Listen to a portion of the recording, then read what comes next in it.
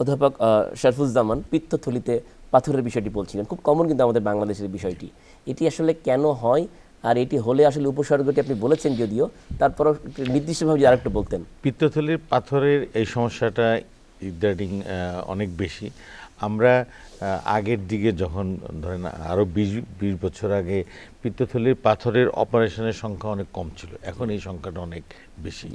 একজন জেনারেল এবং ল্যাপারোস্কোপিক সার্জনের অপারেশনের 50-60% কেসই হয়তো পিত্তথলির পাথর। পিত্তথলির পাথর হওয়ার কারণটা হলো পিত্তথলি যেটা আসলে এইটা পিত্ত তৈরি অথবা পিত্তর যেখানে প্রয়োজন সেইখানে ডেলিভারি দেওয়ার ব্যাপারে এর কোনো খুব ভূমিকা নাই। পিত্ত যখন তৈরি হয়, যখন খাদ্যনালীতে এই পিত্ত প্রয়োজন না পড়ে, তখন এই পিত্তগুলা পিত্তথলিতে জমা হয়। আমার সময় যদি অনেকক্ষণ বেশিক্ষণ জমা থাকে, তাহলে এই পিত্ত থেকে কিছু গ্র্যানিউলস বা কোনো ধরনের, আমরা বলি প্রথম দিকে যেটা হয়, কিছু ক্যালসিয়াম ডিপোজিট হয়, বা এই পিত্তথলির ভিতরে কিছু রক্ত কণিকার আর ভাঙার সাবস্টেন্স থাকে, এইগুলা আইসা ওইখানে জমা হয়। তো ছোট্ট একটু জমা হয়, তার উপরে আবার জমা হয়, তার উপরে আবার জমা হয়। সেই কারণে এই পিত্তথলিতে একসময় এটা একটা পাথরের রূপ নেয়। এইটার জন্য এই যে বললাম একটা, যে ওইটার ভিতরে স্ট্যাসিস হয়ে থাকা, বা কোনো সময় যদি পিত্তথলির ভিতরে ইনফেকশন হয়, সেটা একটা কারণ।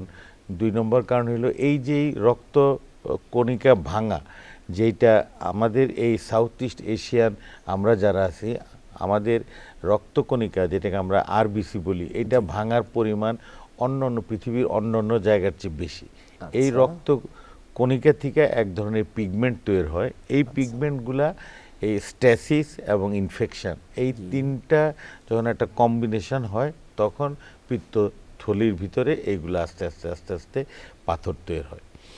এই পাথরগুলার কারণে একসময় হয়তো এপিথেলিয়ামে কিছু ক্ষতি হয়, এবং যার ফলে একসময় ইনফেকশন হয় এবং ব্যথা হয়। এছাড়াও এই পাথর ওই জায়গা ওই পিত্তথলি থেকে নালীতে যদি আসতে পারে, তাহলে ওই পিত্তনালী যদি বন্ধ করে ফেলে, তাহলে জন্ডিস হইতে পারে। আবার এই পিত্তথলির ভিতরে ইনফেকশন হয়ে ওর ভিতরে পুজ হইতে পারে, যেই কন্ডিশনটাকে আমরা এম্পাইমা গল ব্লাডার বলি। প্রধান লক্ষণ যেটা হয়, সেটা হলো ব্যথা, এবং এই ব্যথার সঙ্গে ইনফেকশনের যে লক্ষণগুলো আছে, সেই লক্ষণগুলো হয়। জ্বর হইতে পারে, পেশেন্ট বমি করতে পারে। তেল জাতীয় খাবার, যেটা পিত্তথলি থেকে পিত্ত রস বের হইতে সাহায্য করে, ওরকম তেল জাতীয় খাবার খাওয়ার পরে ব্যথা হইতে পারে, ডিসপেপসিয়ার মতো লাগতে পারে। এগুলো হলো আমাদের পিত্তথলির স্বাভাবিক লক্ষণ। এই লক্ষণগুলো দেখলে আমরা রুগীদেরকে বলি, তারা যদি একজন চিকিৎসকের কাছে যায়, চিকিৎসক এই রুগীর এই হিস্ট্রি শুনে এবং রুগীকে এক্সামিন করলে একটা আইডিয়া করতে পারে যে এখানে পাথর হয়েছে কি। তখন খুব একটা সহজ পরীক্ষা আজকাল করা যায়, যেটাকে আমরা বলি আল্ট্রাসোনোগ্রাফি। আল্ট্রাসোনোগ্রাফির মাধ্যমে পিত্তের এই পাথরগুলোকে সহজেই নির্ণয় করা সম্ভব হয়, এবং তখন এই নির্ণয়ের পরে সঙ্গে সঙ্গে পিত্তথলির কী অবস্থা, ওর ভিতরে ইনফেকশন আছে কিনা, পুজ আছে কিনা, বা থলির ভিতরে অন্য কোনো পরিবর্তন হয়েছে কিনা, এইগুলা নির্ণয়ের পরে আমরা সিদ্ধান্ত নেই যে এই থলি এবং পাথর অপসারণের জন্য।